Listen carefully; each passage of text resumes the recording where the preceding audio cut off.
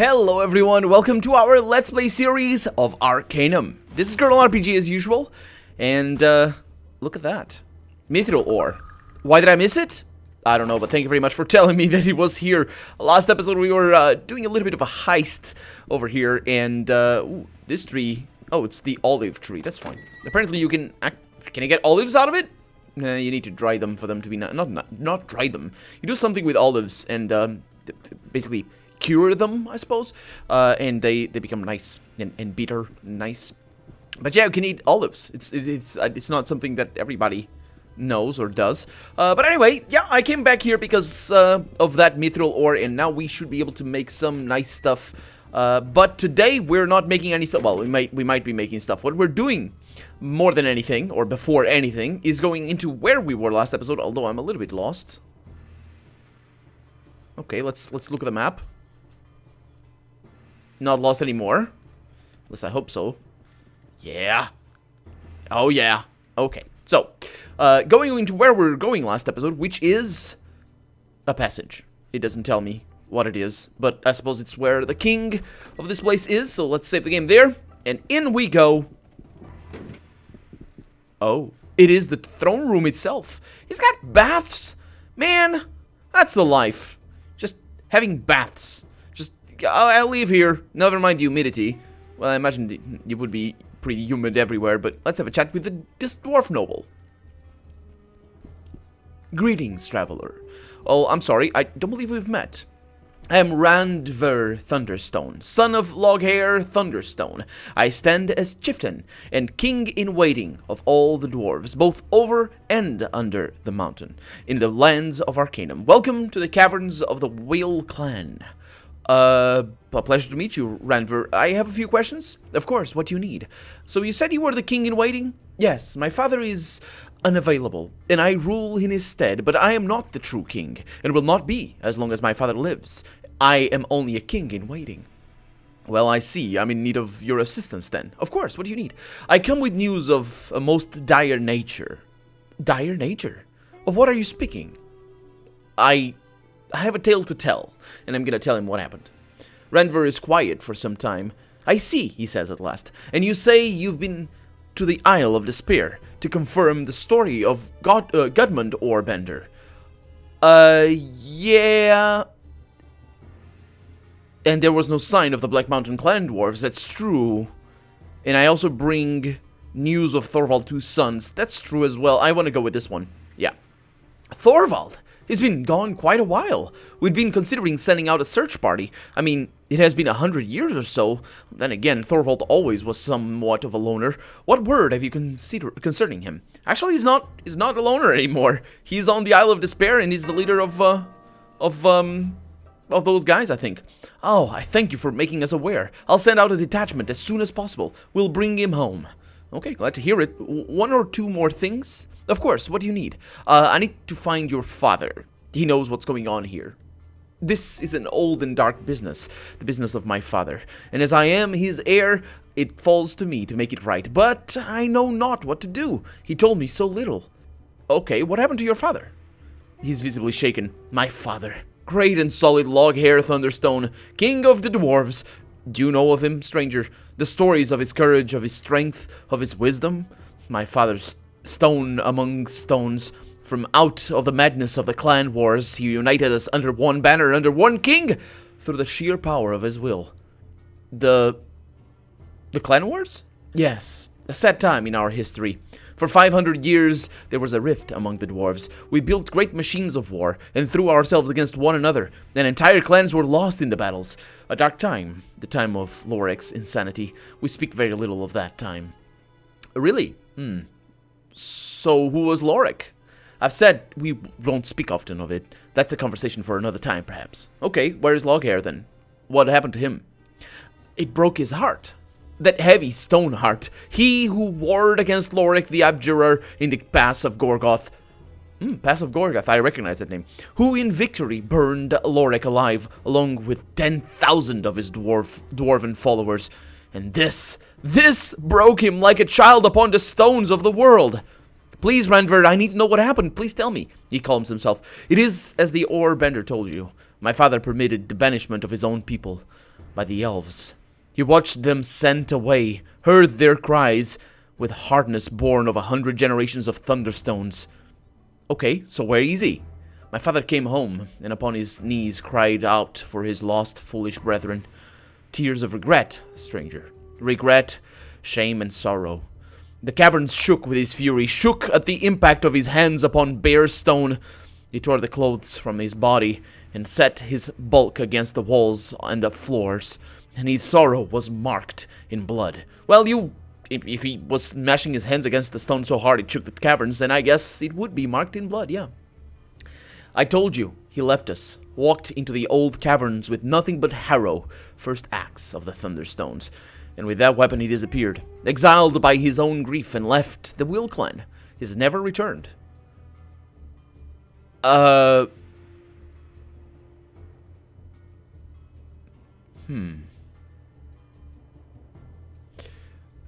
Godmund spoke of a connection to Gilbert Bates.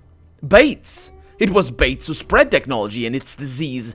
And who are we to blame? What? And how are we to blame him? Yeah. And how are we to blame him? Humans, cursed with brevity, lacking patience, lacking discernment. I've spent human lifetimes deciding on what type of stone to use in a mural. And look what they've done in only a few turns of the moon. And these elves, these elves came to us, speaking of punishments. Yeah. What was their role in this? The elves?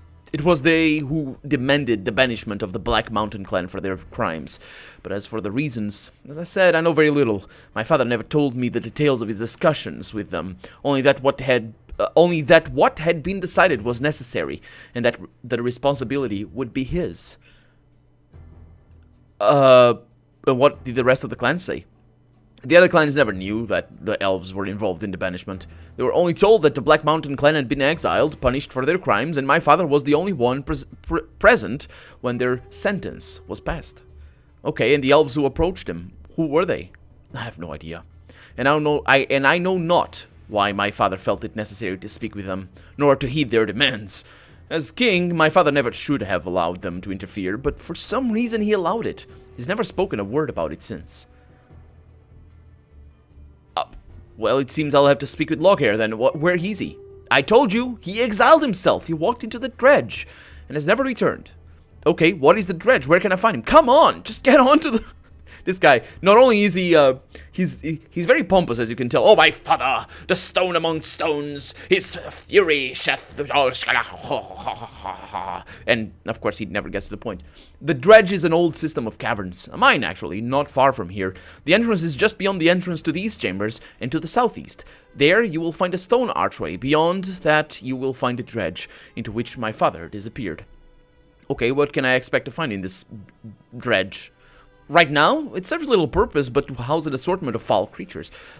Is that a purpose? Sure. There are minecart tracks and an occasional storeroom. No one ventures there anymore, so I don't know anything beyond that. Well, you must know where he is. Can I convince you to tell me? Why would you think that? If a dwarf wants to be alone, then a dwarf stays alone. Yeah, but that's... I didn't have any reason to think that, actually, but the line was there, so I decided to go for it. But I didn't actually have any reason to think that this guy actually knew where his father was. But with his new line, I think he does. If a dwarf wants to be alone, it's not about being alone, it's about you not knowing where he is. But apparently, that's not the case. Yeah, you're his son and his heir. You'd have gone look for him. Oh, and why? He left me here to rule a kingdom, and rule it I will. What sort of son would I be to, go running around in the dark looking for a father who doesn't care? Oh. Yeah. Your anger is hollow. You need not protect him from me. Ah, you see more than most, my friend. You're correct. I hold no animosity towards my father. My heart breaks every day that he is gone. Well, I seek the truth. I think your father would want that as well. I believe you, stranger. I truly do. I just might be able to point you in the right direction. Okay. I must admit it. You're correct. I do see him almost every day, although he says very little. He lives deep within the dredge, but I have a hidden passage through which I travel, and within it you will encounter no trouble. Just enter here. There is a secret passage under the throne. I trust you, stranger. Find your answers. Do what is right. I pray he will tell you what you need to know. Well, I'll most certainly try. Thank you for your help, Ranver, and for opening that passage, because I wasn't going to be able to open it. That looked like a thing back there, but it's not. It's just fire. Fire is okay. Let's go down this way. Let's first save the game just in case. And let's go down. Should be... Oh, there he is. Well, that was very simple. I still want to go there, but... What? Who dares disturb the exile of Thunderstone? It's not much of an exile if you're just standing there. It's just sort of... there. But what exile is that? Forgive me, Your Highness. I had no choice but to... Quiet. This insolence is unforgivable. The violation of my ancient right for solitude in exile is not broken so easily. Your life hangs in the balance, stranger. Speak quickly, lest you taste of the fury of Harrow. Wait a moment. I come here with the blessing of your son. My son? Ranver? He would dare permit such an affront? I've come here to writhe upon the blade of my sorrow, to live the 1,000 deaths by the ancient right of kings. These laws are passed down through the mountain from the beginning of remembered time. Your life is forfeit to them, as is my own. Do you understand? I understand. You would raise an axe against another dwarf? Let's go with that. I can't understand otherwise terrible things. I care not of your race, dwarf. Do you have any idea the number of dwarves who have fallen under the blade of Harrow? What do I care of another? Stop. I come with news of the Black Mountain clan. What? How do you know? Speak quickly. Your life still hangs in the balance. Fine, I have a story to tell, and I'm gonna tell him the story. Forgive my harsh words before, dwarf brother. I mean you no harm. My crimes are heinous enough without adding to them more dwarven blood. Dwarven. Isn't it red dwarven? I think it is red dwarven. Anyway, I understand, my king. I need to know exactly what happened. In all the time since the judgment was passed, I have never spoken of it. My shame has held my tongue. It seems that very shame shall now, finally, bring the betrayal to light. Please, these elves who approached you, who were they? A delegation of elves sent from the Silver Lady herself. They came not long after Bates had built his first steam engine. Technology in the hands of the human had spread and advanced at an alarming rate, and the elves were hit first and hardest. I think the first question is pretty simple to answer then. I mean, what had the spread of technology done to the elves? Well, it's the magic and technology thing that, you know, we know all about, so... Who is the Silver Lady, though? The Silver Lady is Mother Queen to the elves. She is very old, much older than I, and very powerful in the ways of magic. Have you ever spoken to her directly? No. I'm not sure if any but elven eyes have ever been laid upon her. Over the years, we have corresponded through messengers. Elves and dwarves are very different, and we tend to stay away from one another. But our relationship, as culturally strained as it may be, has always been civil. We don't necessarily understand one another, but we've always respected the differences. Where does she live? In Kintara, the oldest city of the elves, somewhere within the Glimmering Forest. Okay, why did the technology spread so fast among the humans? There are many reasons. Humans, in comparison with the other races, live such short lives. Because of this, I believe that every human action is motivated through fear. The fear of death. You would think that this was a relative issue, that humans would learn to live with this limitation and accept it. This is not true. It's an interesting perspective, all things considered. Death is the great motivator. Even, never mind the fact that there's no other races like dwarves and elves. In real life, I mean. But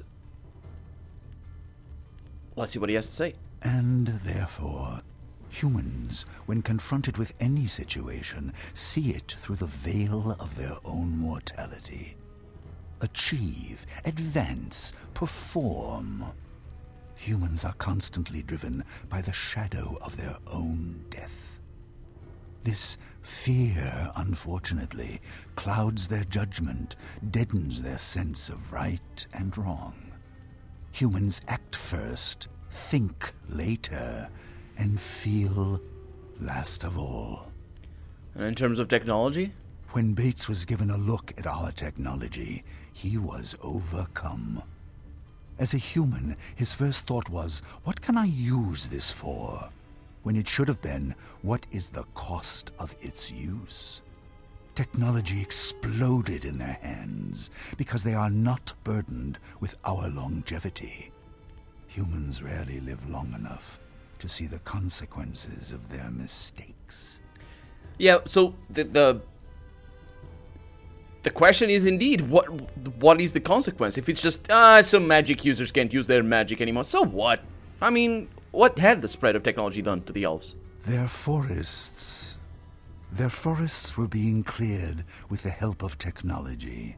Massive steam-powered clear-cutters. The oldest groves, towering and untouched for thousands of years, were being destroyed without prejudice. I saw much of this with my own eyes. The ancient forest of Morbahan is little more than a graveyard now.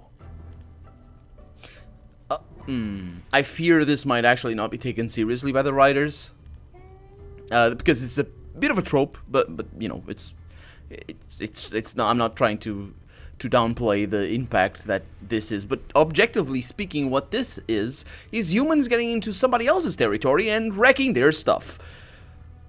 If you want to say, oh yeah, but he makes it very clear with the help of technology. Now that is important.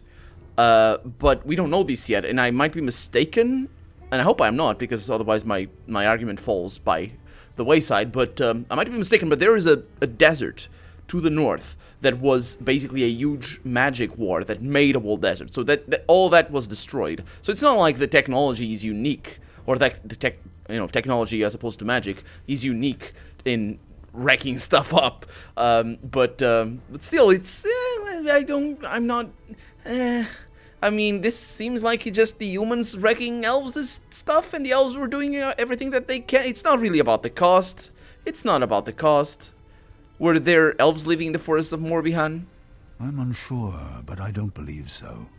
But the delegation said that the crimes were against all elves. You see, elves feel a very strong connection to the world, to nature, and especially to forests. It's said that elven souls reside in the oldest trees. I don't know if this is true, but I do know there to be a strong connection between living things and magic. Yeah, it's just they're wrecking their stuff. What are the major differences between dwarves and elves? I've said before that there is a strong connection between living things and magic, and the magic flows the most strongly in the veins of elves. Dwarves are very different. We feel a strong connection to the earth, but in another way. We love those things which are eternal, unchangeable. Earth, stone, metal. That's quite and changeable. Those things are strength, but not life as you know it. That's quite changeable. It doesn't last for too long. And actually, you should know. This is interesting. If you've ever thought about, how humans think of stone as unchangeable, it's got a lot to do with how old we are. Because even if you make like a house out of stone when you are a kid. You're not going to make it as you're a kid, but if somebody makes it when you are born, by the end of your life, the house is just going to be crumbling unless it's maintained, and the stones are going to be decaying and broken and full of moss and life and all that other stuff if you don't take care of it. But it's normal for humans to look at stone all throughout history, but it's just to look at stone as unchangeable because it outlasts us so long. Not for 100 years, more than 100 years, of course, thousands of years even. But that's not always the case. Dwarves, if they take so long to choose what type of stone to make or to use for a mural, they should know better. I mean, metal, especially. I mean, metal as well. Have you seen what happens to iron? Of course, they have mithril and other stuff, but still, they mentioned metal, not mithril, and they mentioned they even mentioned earth. Earth. Have you seen that thing? It just disappears. It just rains on top of it, and it disappears. It goes away, it washes away, and then comes the stone, and this attitude towards earth, stone, and metal. What I'm trying to say is this is typical of humans, not it shouldn't be typical of dwarves. But as he was saying his thing, I was trying to decode what the writers were trying to make out of this, and I think the writers are trying to depict the dwarves very much as a sort of patient and conscious race of people, which is interesting. So it would be hard for them to shoehorn this without actually coming to some contradictions there, the one that I'm pointing right now, that these guys shouldn't look at stone as unchangeable. Maybe as a brother, that'd be interesting, but yeah. It's just a matter of the writer should have been conscious of why we look at stone as unchangeable, because it very much isn't. It doesn't usually last more than, 2,000 years, with luck. Yeah. And the other elven delegations, what did they demand of you? They said that if the Black Mountain clan was not punished, there would be war. War! I told them that a punishment was already being decided upon, and that we, as dwarves, would deal with them. They refused. They claimed rights as the afflicted, and therefore as the judges. They agreed that exile was a suitable punishment, but they wanted to be the vessel of that retribution. Interesting. So the humans wreck elves and stuff, and the elves decide to punish the dwarves. Logic. Well, facts confuse them, don't they? Because they're magic. Anyway, are the elves a warlike people? Is it in their nature? No. I know that there was a time of violence many years ago among the elves. But from what I know of them, they are a very rational, peace-loving people. They know that ultimately, war benefits no one. I was very surprised when they came and threatened it.